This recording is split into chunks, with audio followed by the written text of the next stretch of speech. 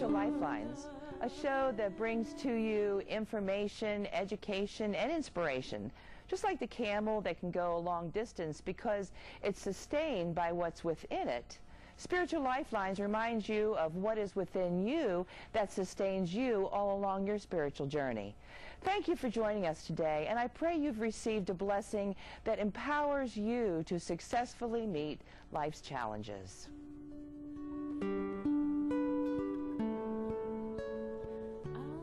Good afternoon and welcome to Spiritual Lifelines. I'm glad you joined us this afternoon. We have a wonderful special guest with us today. This is Bishop Wilson. I'm glad you're here. Yes, welcome. ma'am. It's a pleasure to be here. And we're going to be talking about a very interesting topic, one that everybody can learn something from, which is manifesting our wealth, for sure. Yes. So thanks for joining us. Yes, ma'am. Yes, ma'am. Why don't you tell our listening audience a little bit about yourself?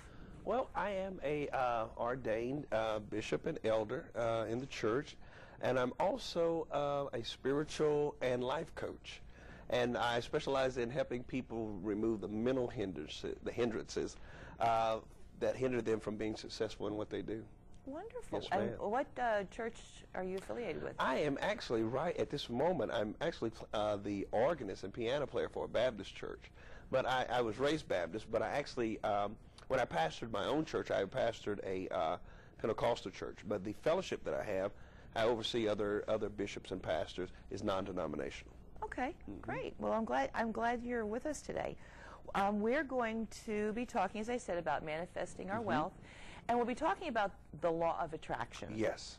So for those out in our listening audience that may not understand what the law of attraction is, kind of give them a simple understanding of what that might be. The simplest understanding that I try to use for the law of attraction is that the law of attraction, it occurs all the time. It's a universal law that is actually in effect all the time. Everything that we think about, every thought that we have is actually launching a creation and is bringing and attracting and drawing things into our life. So anything that we give our energy to, our focus to, and our attention to, we're actually drawing that thing into our life, and we really have to be careful that we don't draw things that we don't want. Very much so. Yes. Very much so. So if we're going to be talking about manifesting wealth, define wealth for us. I think the best way to define wealth is to tell what wealth is not. I was doing a interview, and they were asking me this question, and the thing that comes to me about wealth is to first understand that wealth has very little to do with money, because I've seen people who have very little who are very wealthy. One example that I gave my son was that is when we look at wealth from a materialistic point of view, things will always let you down. So I look at wealth as being able to have an idea, a concept, something that's going to make you happy without injuring or taking away from someone else. So wealth, I think it really has to do with more of an inner peace than actually the material things that we've been putting our focus on. That's a wonderful description. And so wealth then differs from riches, and we think of riches as a more materialistic thing. Yes, yes. And wealth is more maybe a matter of consciousness. Yes, yes. Okay. When we speak of riches, I will always look at riches as when we're wealthy and we have those ideas and those concepts that are helping other people, people will pay you riches or will pay you money for those services that you offer to them.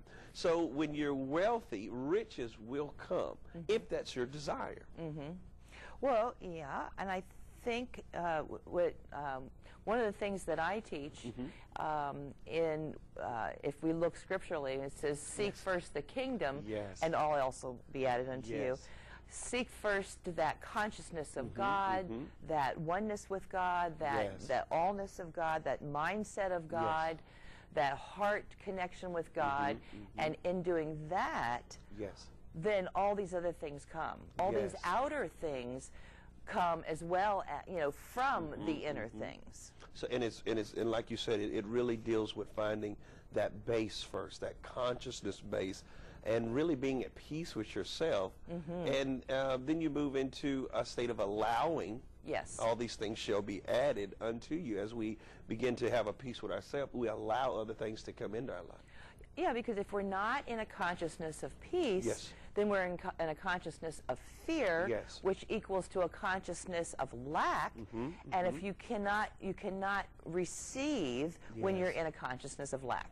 I was teaching on that on yesterday, and one of the things that I shared was anything that you have a fear of, you're repelling. In the spirit realm, you're repelling that thing from ever being able to come into your life. So, and that's why I always instruct a lot of my pastors to be really balanced in their teaching about money, because we've quoted it wrong for so long. Yes. We say that money is the root of all evil, when it says the love of money is the wrong relationship Correct. with the material things. Yes, yes.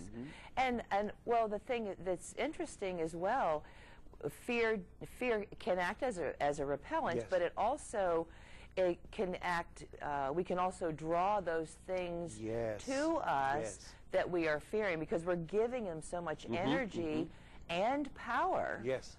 And with all of the passion within, we're adding all of that to it and really drawing that thing that we Yes. fear. Was it Roosevelt or Eisenhower? One of them said the thing we fear most is fear itself. Yes. So so you're drawing the very Yes. thing that you don't want into your life Exactly. simply by giving it so much energy and attention.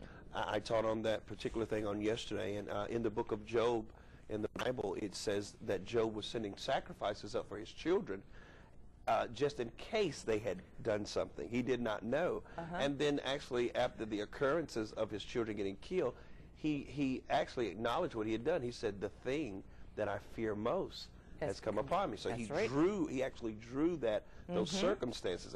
And it's real important that we acknowledge that our fear is creating something. Exactly. Yes. And the acronym for fear, false evidence appearing real. And so there you have that what it is you're fearing really isn't a truth or Yes. or a true capital R reality. It's through your perception that you have made it Yes. real for you. Yes. Because what you fear is not truly real, because if I'm not in that space, then it's not a reality. Exactly. It's a perception. What would you say, from your perspective, is the main key to manifesting wealth in your life? The main key, I would have to say, is taking responsibility for your life and understanding that life is not something that's just happening to you. Reality is not something that you're experiencing. You are actually creating reality, and that really comes into a whole new realm of commitment that you now have to lose all your blame, all your excuses that you've been making, and understanding that my thoughts, my words, my actions are creating what I'm experiencing. And I really believe that where we are right now, we're actually only living in the residual of where we've been thinking and where our actions have been going. Oh, that's very true. Yes. That is so completely true. And the one thing that I think people hear when you hear you have to take the responsibility, they're not hearing the word responsibility correctly. What they're hearing is blame. Yes. Yes. And if they could get out of the judgment faculty of that, and instead of hearing it's your fault, Yes. Yes. then it's instead, this is your responsibility. You have the ability to respond Yes. to any situation or any experience, any feeling, and any thought. You have that ability to respond Yes. to that Yes. any way you choose. Exactly. And that's the gift of free will. Yes. So, and that is a blessed, Yes, wonderful it is. gift. It is. So, because we've been given that wonderful gift, then let us use it rightly.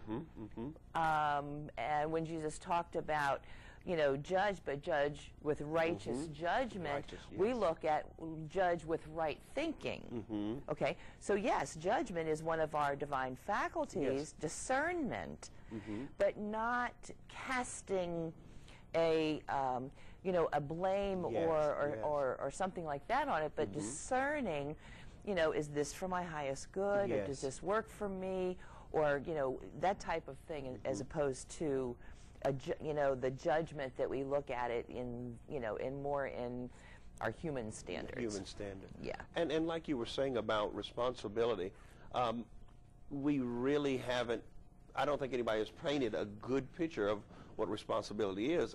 When I think about responsibility, I think of response able. You're able to respond to what is happening correctly, understanding that this moment is producing something that is going to show up in my future. Right. And so when someone says, well, yeah, but I have this in my life, this in my life, and this, and I didn't ask for these things. I didn't want these things.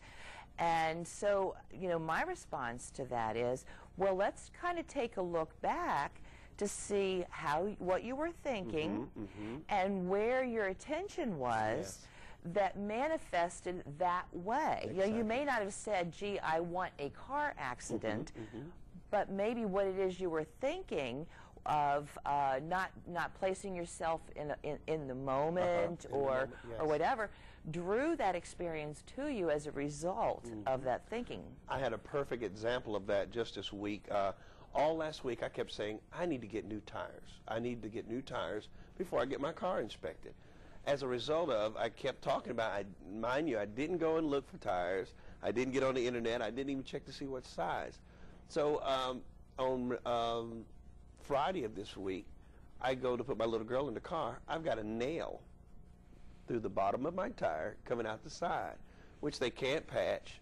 So I go in, I fill out the application, and I get the tire. So I actually, by talking about it and thinking about it, I set up a scenario to where I had to produce in my future what I was thinking about. Exactly.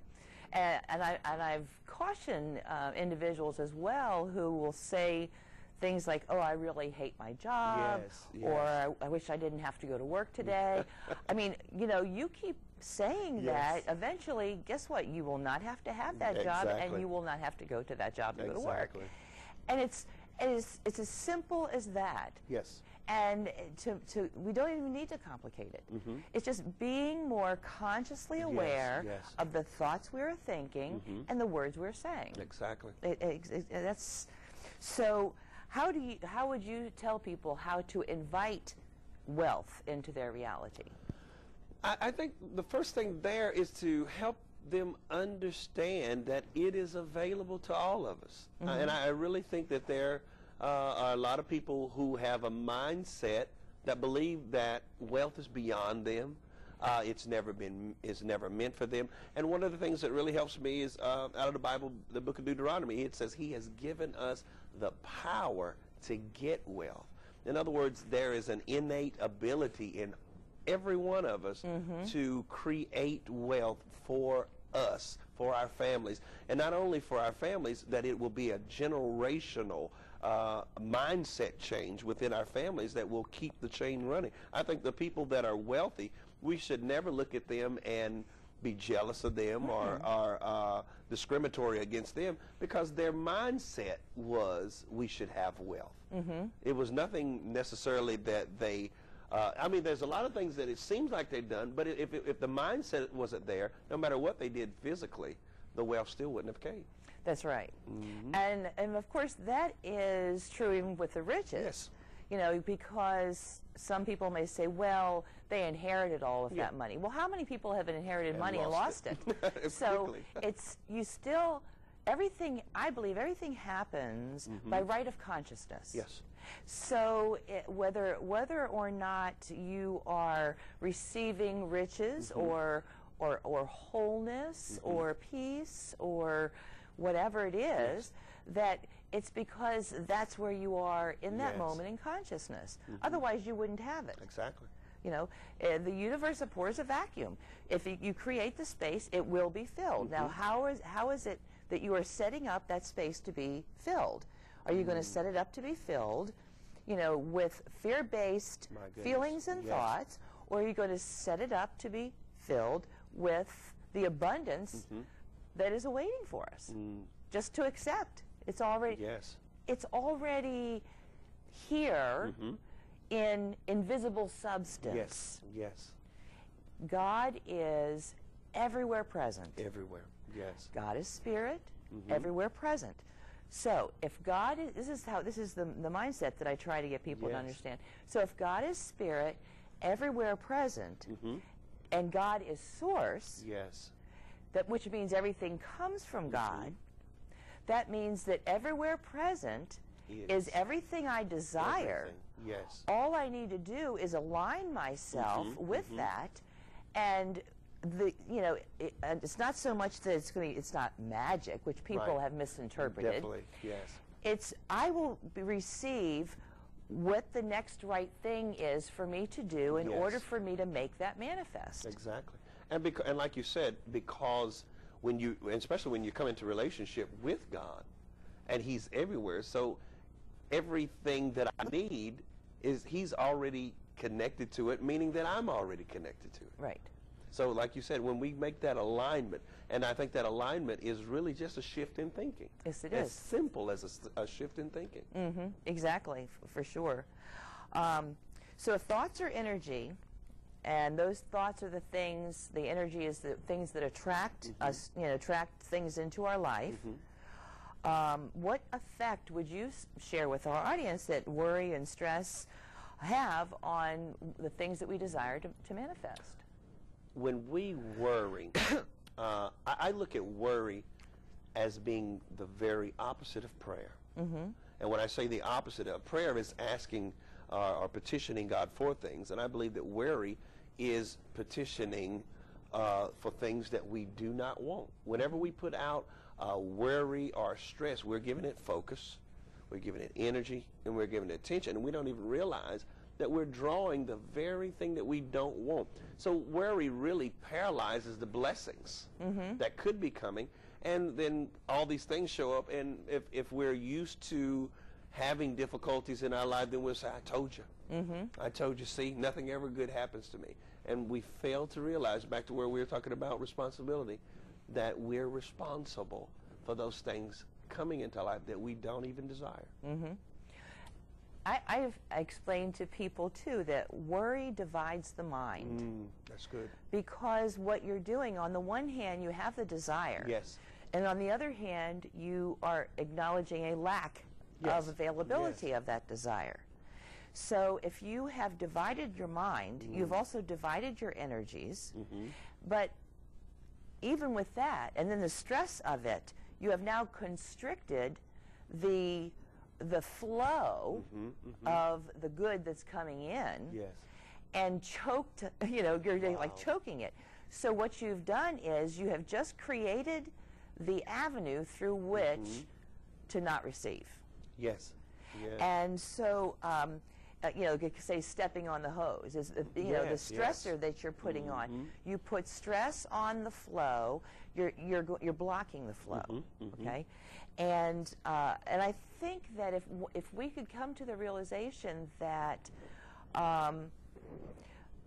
it's like every idea we have is really a divine idea. I've explained this in my class last month that I had at the church, that even a bank robber has the divine idea of prosperity. Now, the bank robber may choose to pursue that in an adverse way, but the original divine idea is still prosperity. So it behooves us then, in order to not have the negative effects, is to choose rightly on getting those things. And I think, too, the bank robber is also seeking that prosperity through a fear mechanism of not having it, therefore I have to take it, not recognizing God as their source, and allowing those ideas to come and be able to manifest what they want. I mean, how often do we say, it seems like a natural thing I hear a lot of people saying, you get a person who, the so-called criminal-minded person, you think, they have used so much thought and energy and intelligence for the negative. If they could apply that in a positive direction, my goodness. So it's not that they don't have it. It's not that they can't do it. It's still a choice that they make. And if we could come from a place of assurance instead of fear, you know, faith instead of fear, then they could alleviate all of those challenges that they're experiencing. And I think a lot of their fear comes from a scarcity mentality. They really think that there's a shortage of blessings, a shortage of material good that could come to them, so their mentality is, I have to take it. Right. Not realizing, as you were saying, that we're already connected to it, and with that small shift in thinking, we can just allow it to flow to us.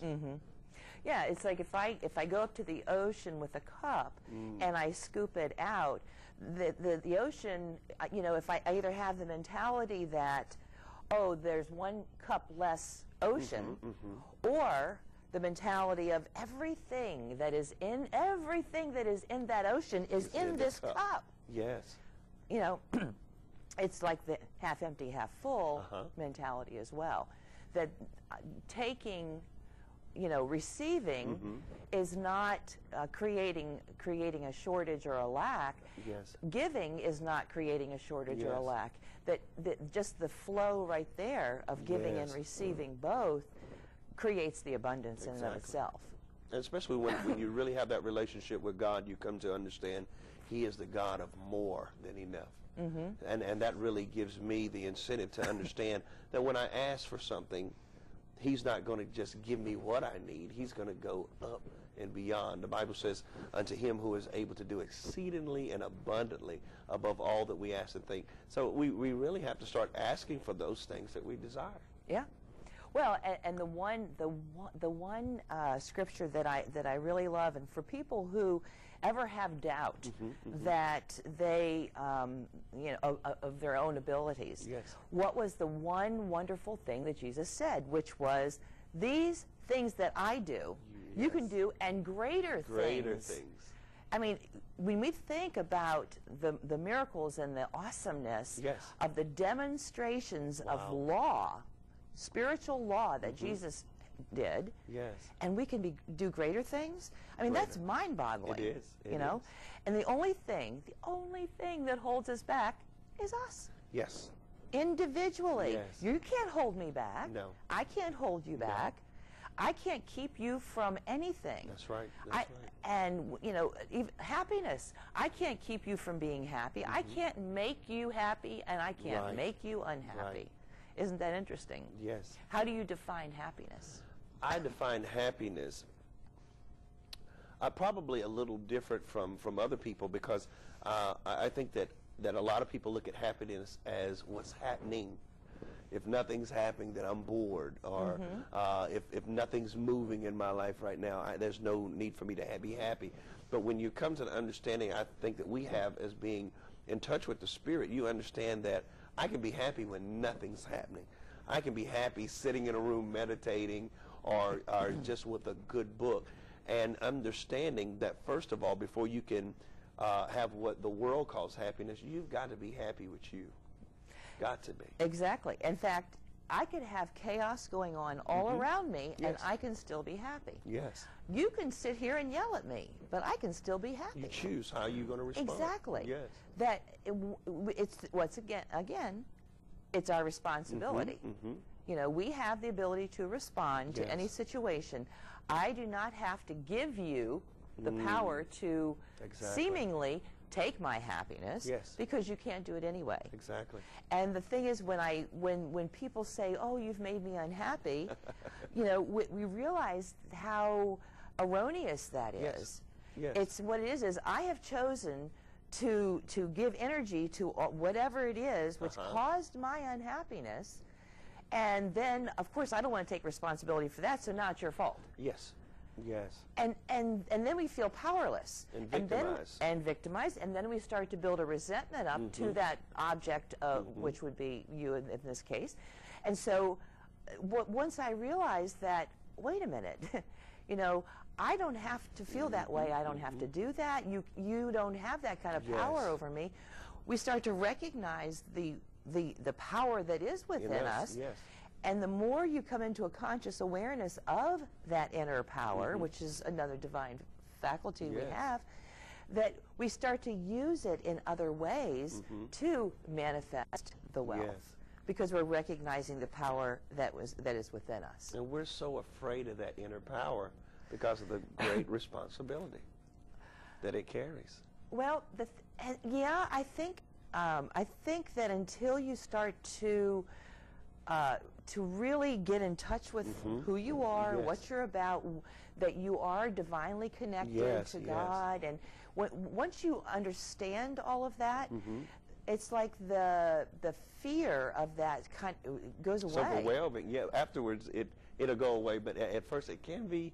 I remember when I first came into this understanding, I was like, wow, I've really wasted a lot of time, blamed a lot of people for a lot of things that I was giving away my power to. Yes. I know. And once we realize that we can stop doing that, you know, because that's even defeatist. Yes. You know, but it's like it's kind of like the mourning process. Yes, you know, yes. where you have gotten to you have an idea of something, and then you realize it's a death of something Yes, else, and then yes. you have to grieve that, and you go through the same thing with that perception Yes. of our life and our realities and who and what we are and so forth. And we have about a minute left, Yes, but ma'am. we're going to be talking about some more things. Yes. The next 2 weeks, we're going to be, getting into Yes. more detail about this, and which I am really looking forward to, Yes, ma'am. because this is a topic that I think it's a general topic and a specific topic, and if you out there listen to what it is we're saying, your whole life can be transformed and changed. Yes. It's not magic. It is spiritual Yes. law, is Law. for sure. Yes. Well, Bishop, thank you so much Yes, for being ma'am. here. Yes, ma'am. I've really enjoyed it. And I look forward to the next 2 weeks that we have Yes. to be together. And thank you for joining us as well on Spiritual Lifelines. Join us Sunday morning, 10:30 a.m. at 7300 Mallard Creek Road for services and lunch afterwards, and learn how you can find that power within yourself as well. God bless. Everybody sing with me. Love is a boomerang. You give it away and it comes right back. Love is a boomerang. Hear the words that set you free. Love is a boomerang. You give it away and it comes right back. Love is a boomerang. Everybody sing with me. Love is a boomerang. You give it away and it comes right back. Love is a boomerang. Hear the words that set you free. Love is a boomerang.